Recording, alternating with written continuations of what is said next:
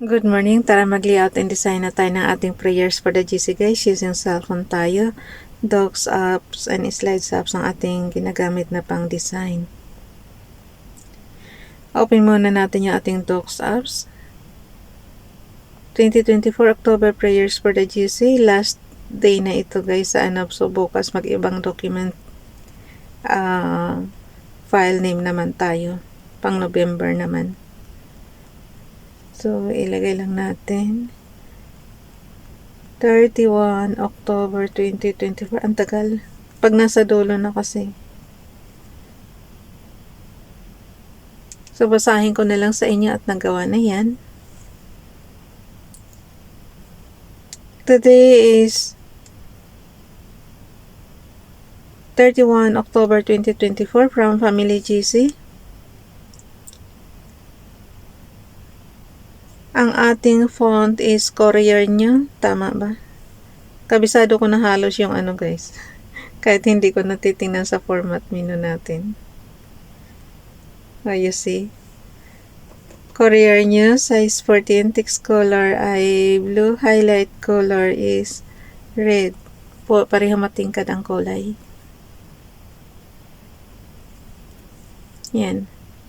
From Family GC, yung mga gustong sumali sa Family GC guys, pakikontak yung aming founder, Harry B. De La Cruz, or yung mga admins ko, founder mo admins Roger Pakatang, Eileen Samarian, Aiki Akma, Sara Galinga, Nanay Elsa Samaricat, ang inyong lingkod Ralph Lion Pag-vlogs, pakisubscribe sa kanilang mga YouTube channel.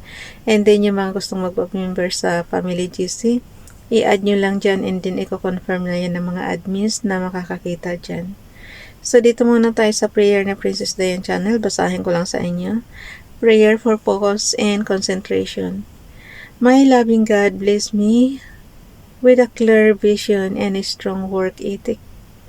As I offer you this humble prayer for self-discipline, help me recognize and eliminate the distraction that threaten to steal my attention and focus.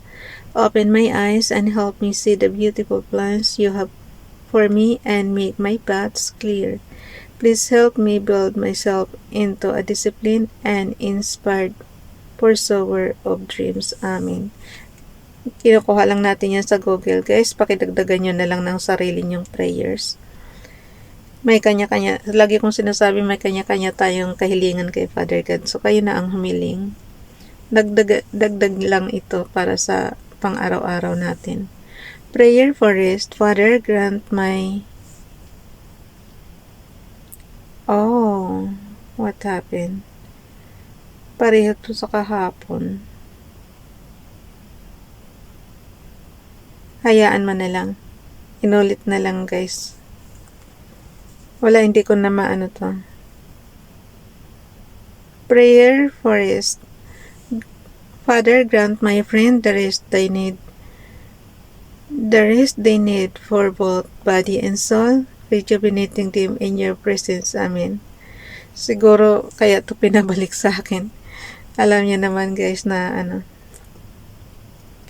na yung kapatid ko is kinuha nyo na. So, baka ito lagi ang iniisip ko. Nawa lagi siyang nasa kingdom mo. Father God. Allah. Okay. Prayer for rest. Father, grant my friend the rest they need for both body and soul, rejuvenating them in your presence. Amen. Prayer for light, darkness. Pasensya na guys, inulit ko lang yung kahapon ha. God, shine your light into my friend darkest moments, illuminating their path with hope and love. Amen. So, parang ang pinalitan ko lang dyan yung nasa bungad lang. So, dalhin na natin yan sa sa slides apps. Kaya, naisip ko talaga sa nangyari sa kapatid ko na sa malayong lugar na namatay. Parang ako talaga gusto ko talaga sa atin sa bayan, sa bansa pa rin natin guys. Kasi parang ang hirap-hirap ng kalagayan na sinong mag-aasikaso doon. Parang ibang tao, o pagpalagay na natin kaibigan ang mag-asikaso, pero iba pa rin yung pamilya talaga. So, kaya ba iniisip nyo na mamamatay sa sa ibang bansa? Syempre, doon tayo sa bansang Pilipinas dapat. Kaya, Father God, dapat talaga makapag-relax na tayo next, sa susunod na taon.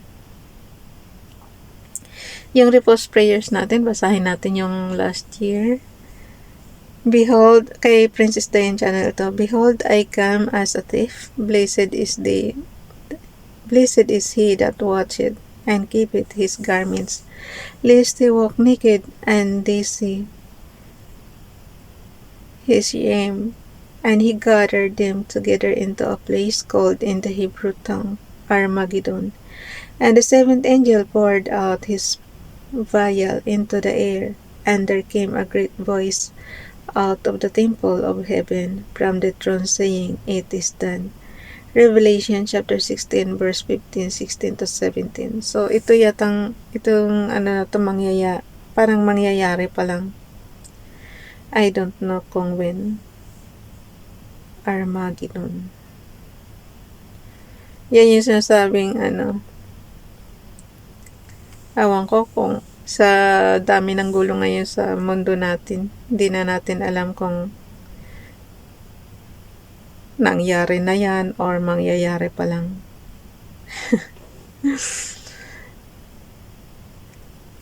Nasa nyo yan guys, nasa pananampalataya nyo yan, kung paano tayo maliligtas at kung paano tayo magmakaawa kay Father God na kaawaan niya tayo. Kasi kahit naman dasal tayo ng dasal, kung walang awa si Father God na hindi kanya kaawaan, walang mangyayari. 'Di ba nasa awa nga ng Diyos 'yan? Kaya nga lagi ko sinasabi, ayoko talaga Father God ng yung second life ba. Dapat pag mamatay ka na, hanggang doon ka na, huwag ka na yung sasabi mapunta ka pa sa impyerno, mapunta ka pa sa langit, kasi hindi ka sure naman na sa langit ka mapupunta. Kasi sabi ko nga, pagkaawaan ka lang ni Father God, tsaka ka lang niya mapupunta sa langit.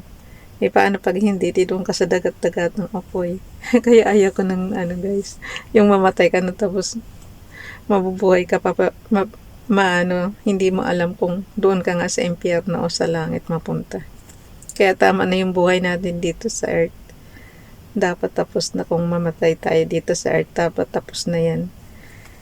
Kasi sino ba namang gugustuhin matusta ka doon sa tapos hindi pa siya namamatay yung apoy. Kaya nga dagat-dagat ang apoy. Ay nako. Pag ini-imagine ko nyo kasi guys yung binabasa nyo sa Bible, ganun talaga. Okay, the Lord is good. Hindi pwedeng magbasa ka lang ng Bible tapos hindi mo nabivision yung mga binabasa mo. Siyempre, i-vision mo yan kung paano, kung ano itsura. O, di ba? Pag sinabing dagat-dagat ang apoy, ano yan? Higit pa yan sa dagat na na nag-aapoy, ganun. Yung lawak ba? Okay, the Lord is good, a stronghold. Terraplayan pag-vlogs tayo muna. The Lord is good, a stronghold in the day of trouble, and He knoweth them that trust in Him. Nahum chapter 1 verse 7. Ito naman yung sa Old Testament. Bible King James Bible yan kinuha. Kay Princess Diane channel, may isa pa siya. Now the Lord of peace himself give you peace always by all means. The Lord be with you all. 2 Thessalonians chapter 3 verse 16. Okay. Dalhin na natin yan. Nagtaka talaga ako bakit kasi nasa pa kami guys, nasa nagluluksa pa syempre tayo hanggat hindi maibalik yung yung bangkay ng kapatid ko sa Pilipinas. Parang iniisip ko, ang hirap-hirap ng ng kalagayan na paano ipaprocess pa yung mga requirements, ganyan. Siguro, kung ano nga kaya nga mahirap talaga guys ang malayong lugar, nasa malayong lugar ka. Advantage lang yan sa mga yung buong pamilya talaga nandoon na, pero yung sabihin mong katulad natin, tayo lang dito mag-isa, tapos ganun din ang sa kapatid ko, ganun din, siya lang din mag-isa doon sa ibang bansa. Parang ang hirap-hirap niyan. Pag ganyan na times na magkasakit ka, in times na mamatay ka. So, yun. Sino mag-aasikaso, diba? Unless na nandoon yung buong pamilya, so kayang iuwi ng Pilipinas. Pero sabi nga, hindi rin basta-basta. So, ayan na yung ating buong October. So, bukas November na tayo. Lakihan ko yung para makita nyo yung ginawa natin. Ito na yung 31 October natin. 31 October. Ang galing, no? Yung isang buwan wala talaga tayong absent. Buo siya. Buo yung 31. Yan lang kaganda. So, bukas mag-November na tayo. So, ito na yung mag-November na tayo, naka-template na siya. So, palitan ko na lang yan ng November yung October kasi kinapig and paste ko lang yan yung October. So, yan. Yung 10, hindi umabot sa atin kahapon yung find and replace. So, ang mangyayari, pag find and replace, ganit. Kung ayaw mo mag-type, find and replace ka lang, tapos ganun din. Mas matagal. Kaya ang gawin mo na lang guys, yung 10, gawin mo na lang 11. Mas mabilis kaysa mag-find and replace ka. Nung dati kasi sa computer, pagka tinatamad ako na i-find and replace, lalo na sa Word, Microsoft Word, i-find ko lang yung nagkamali ako na halimbawa sa spelling, ganun. So, papalitan ko lang ng ibang spelling na word, ganun. So, find and replace lang ako.